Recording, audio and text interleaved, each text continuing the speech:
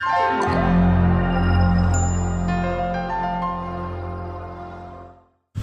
Guys, welcome back to my channel পরম মৌসুমী daily blog. সবাই কেমন আছো? আশা করি সবাই ভালো আছো, আর আমিও ভীষণ ভালো আছি। তো আজকের একদম একটা ছোট্টখাটো ভিডিও হচ্ছে, চলো পুরো ভিডিওটা দেখতে থাকো, আশা করছি ভালো লাগবে। এখন তো সন্ধেবেলা, পরম এখন সন্ধে দিচ্ছে, সন্ধে দিতে দিতে বারবার এদিক ওদিক তাকাচ্ছে। ছোট মানুষ তো, মনটা একদিকে দিতে পারছে না, ঠাকুরের দিকে দেবে কি। আমি ক্যামেরা করছি, এই দিকেই চলে আসছিলো বারবার। যাই হোক, তার তো সন্ধে দেওয়া হয়ে গেছে। মর্টিনটা একটু অন করে দিতে বললাম, প্রচণ্ড মশা লেগেছে, মানে খুব না হোক মোটামুটি দু একটা মশা বেশ লেগেইছে। আর বরমশাই তো আজকে ট্রেনিং শেষ হলো, মানে তোমাদের তো বলা হয়নি, বরমশাই ট্রেনিং চলছিল, আজ ট্রেনিং শেষ হলো।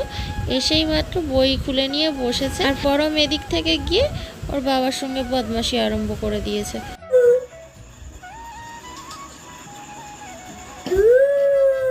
হ্যাঁ, ওটা কি হচ্ছে?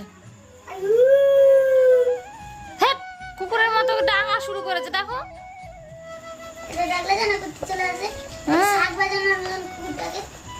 গরম করে কুকুর ডাকে, জানিস তো? কুকুরটাকে ভালো নকল করেছিস। মাঝ রাত হয়ে গেলে দেখবি কুকুর এরকম করে ডাকে। কি জন্য ডাকে? তাই নাকি? বাহ, ভালো নকল করেছিস তো। তুই তো ভালো নকল করেছিস, দেখতে পাচ্ছি। কুকুরের ডাক ভালো নকল করেছে, দেখো। পড়তে বস, পড়তে বস। তোর বাবা পড়তে বসে গেছে, দেখ। বাবার পড়াশোনার কোনো তাড়া নেই, তবুও পড়ছে। তোর তাড়া আছে, তুই কিন্তু বইতে হাত দিচ্ছিস না। কি পড়তে বসে যা, টপ টপ বস, বসে যা। বিছানাটার কি অবস্থা করেছিস, ঠিক কর। চায়ের কালারটা একবার দেখো, কত সুন্দর একটা কালার এসছে না।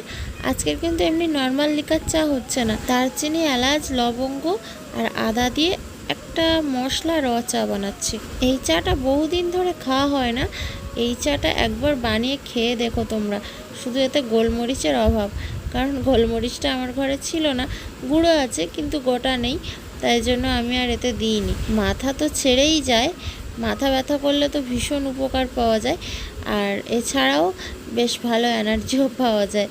তো পরম চলে এসছে মুড়ি খাবে বলে, আর চায়ের সাথে মুড়ি, চানাচুর, শশা সব মাখিয়ে নেব।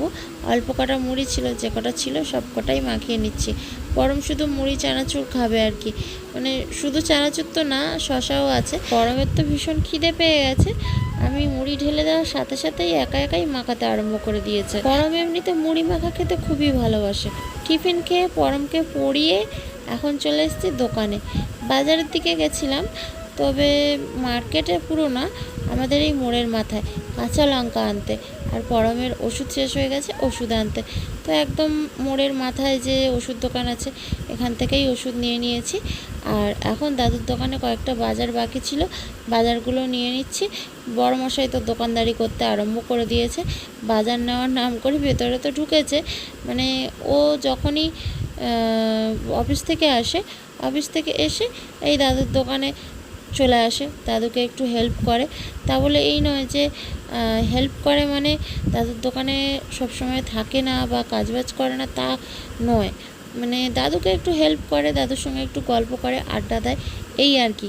তারপরে বাড়ি যায়, ওই জন্য মাঝে মধ্যে আমার কাছে বকাও খায়। এই দাদুর সঙ্গে আড্ডা দিতে বসলে বাড়িতে যে একটা বউ আছে সারাদিন ওয়েট করছে, সেটাই ভুলে যায় ও। আর হ্যাঁ, দাদুকে যে এই হেল্প করছে, তার জন্য যে আমাদের কাছ থেকে কোনো জিনিসের দাম কম নয়, তা কিন্তু একেবারেই না। ও এই জিনিসটা করে একেবারে নিজের থেকে, নিজের মন থেকে, শখে আর কি, যেটাকে বলে। ওই দাঁড়িয়ে আছে, দাদুর সঙ্গে গল্প করছে, এমনি দাদু মানে কোনো কাস্টমার আসলে একটু হেল্প করে দিল। যাই হোক, বাড়ি চলে এলাম, এসেই মাত্র সঙ্গে সঙ্গে বসে গেল ক্যারাম বোর্ড নিয়ে। পরমও খেলতে বসবে, ওকে ডাকছে, আর এদিকে গুটি সাজাচ্ছে। আমাকে বলছিল খেলতে, কিন্তু আমার ক্যারাম খেলতে একেবারেই ভালো লাগে না, তাই আমি আর খেললাম না।